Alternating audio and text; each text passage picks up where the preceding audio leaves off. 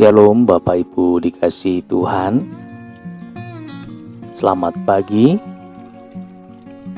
saudara yang dikasihi Tuhan Yesus. Berjumpa kembali dalam renungan pada pagi hari ini.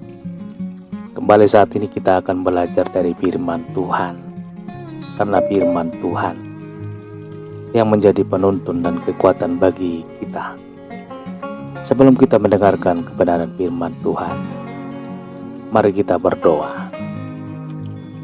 Bapa kami yang di sorga, Bapa dalam nama Tuhan Yesus Kristus, kami sungguh mengucap syukur. Kembali pagi ini kami ada semua karena anugerah dan kemurahan Tuhan. Kami percaya ada berkat dan pertolongan dan rencana Tuhan yang indah yang Tuhan sediakan bagi kami.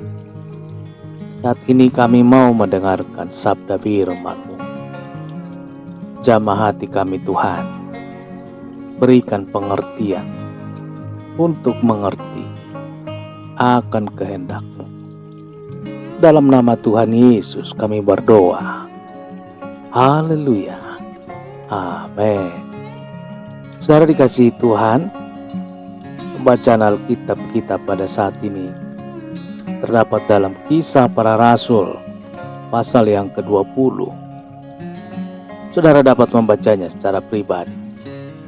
Setelah mendengarkan renungan ini, saya akan membaca Kisah Para Rasul 20 ayat 24. Tertulis demikian. Tetapi aku tidak menghiraukannya sedikit pun, asal saja aku dapat mencapai garis akhir dan menyelesaikannya pelayanan yang ditugaskan oleh Tuhan Yesus kepadaku untuk memberi kesaksian tentang Injil kasih karunia Allah. Sederhana, kasih Tuhan adalah mengapa kita ada di dunia ini dan apa tujuan dari hidup kita. Mungkin bagi sebagian besar orang masih menjadi tanda tanya. Ada yang masih melakukan pencarian dan belum menemukan. Secara jelas, bahkan ada orang yang sudah mencapai usia lanjut saudaranya, mempertanyakan tujuan dari hidupnya. Purpose to live, Debbie Ford mengungkapkan ada 5 tujuan hidup manusia.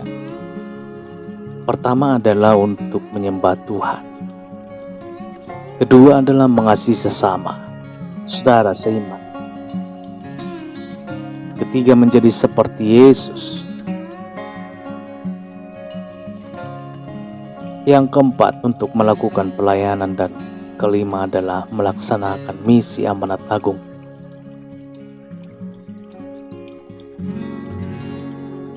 Tidak akan membahas tentang 5 tujuan yang dituliskan dalam buku tersebut. Tapi pada saat ini kita akan melihat melalui kehidupan Rasul Paulus mengenai 3 tanda kehormatan tujuan Tuhan. Dalam Kisah Para Rasul 20 ayat 24 ini dikatakan, tetapi aku tidak menghiraukan nyawaku sedikit pun, asal saja aku dapat mencapai garis akhir dan menyelesaikan pelayanan yang ditugaskan oleh Tuhan Yesus kepada untuk memberi kesaksian tentang Injil kasih karunia Allah. Rasul Paulus mengalami berbagai kesulitan dan tantangan dalam hidupnya, terlebih dalam pelayanannya. Namun ia terus melangkah dengan penuh keberanian dalam pimpinan Roh Kudus. Dalam Kisah Para Rasul ini, saudara, Paulus mengungkapkan bahwa ia akan berangkat ke Yerusalem, meskipun ia tahu bahwa ia akan mengalami penderitaan di sana. Pesan Paulus kepada para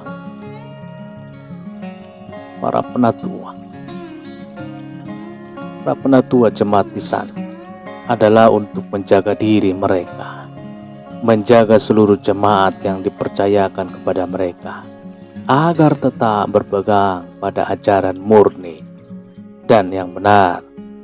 Ayat 24 ini saudara, secara khusus kita melihat ada 3 tanda. Apakah kita hidup dalam tujuan Tuhan? Tanda ini sebenarnya tidak terbatas pada 3 hal. Tapi dalam renungan kali ini, kita akan belajar khusus tentang 3 tanda ini dari sikap hidup Rasul Paulus. Yang pertama adalah rela berkorban bagi Tuhan.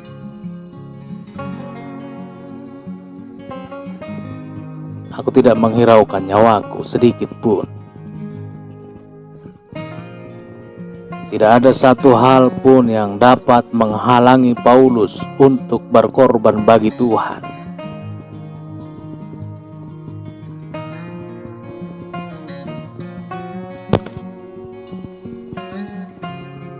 Yang telah memilihnya.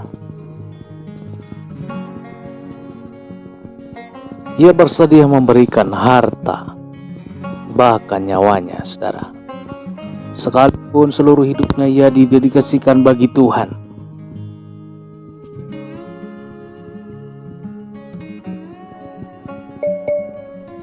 Yang kedua, saudara, berfokus pada penyelesaian tugas panggilan Tuhan.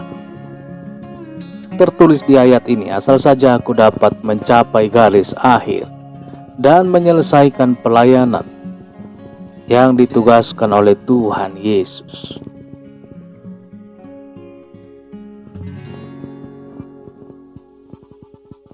Kita semua punya profesi dan pekerjaan kita masing-masing.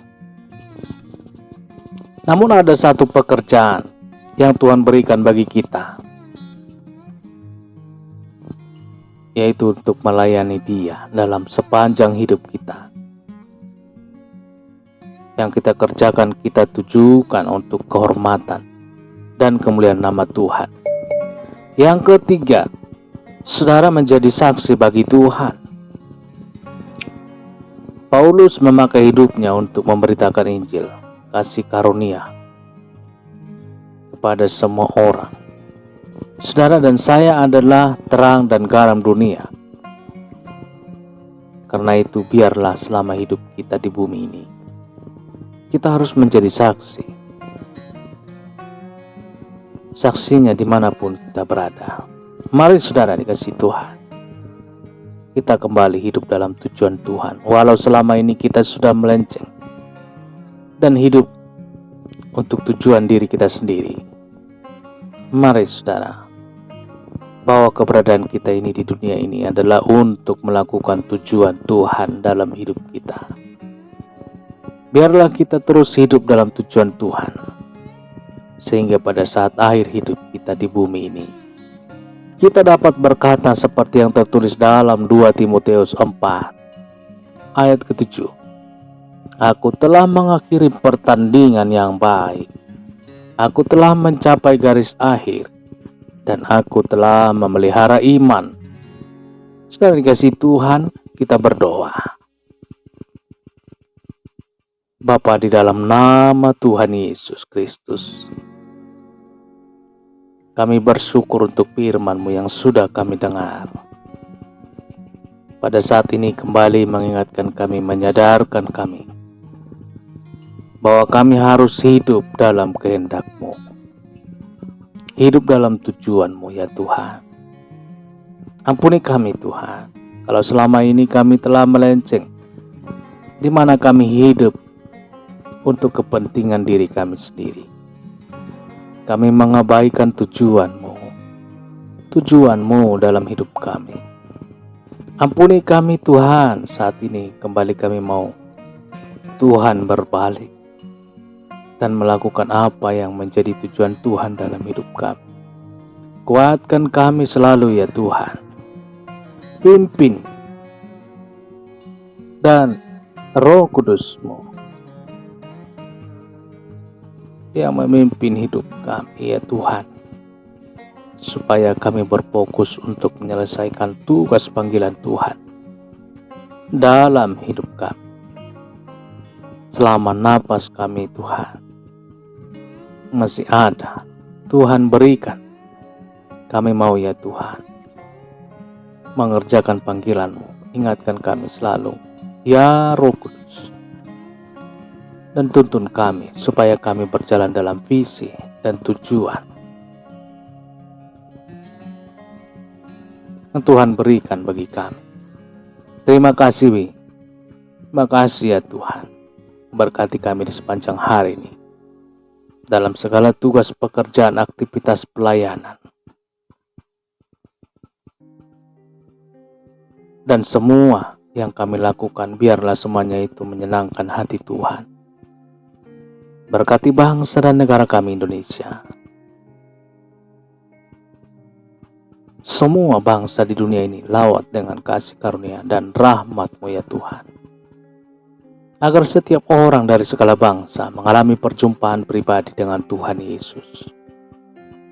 Kami berdoa bagi yang sedang sakit saat ini, agar Tuhan menjamah dan menyembuhkan, memberikan kesehatan yang sempurna. Dan bagian dalam pergumulan masalah, agar Tuhan memberikan jalan keluar. Mujizat-Mu Tuhan, biarlah jawaban daripada Tuhan. Jawaban kami alami, mujizat Tuhan berkarya dalam kehidupan kami. Terima kasih ya Bapa. Hanya di dalam nama-Mu yang kudus, nama Tuhan Yesus Kristus, kami sudah berdoa dan mengucap syukur. Haleluya. Mari sama-sama kita berdoa. Bapa kami, Bapa kami yang di sorga, dikuduskanlah nama-Mu. Datanglah kerajaan-Mu. Jadilah kehendak-Mu di bumi seperti di sorga. Berikanlah kami pada hari ini makanan kami yang secukupnya. Dan ampunilah kami akan kesalahan kami, seperti kami mengampuni orang yang bersalah kepada kami. Dan janganlah membawa kami ke dalam pencobaan, tetapi lepaskanlah kami daripada yang jahat.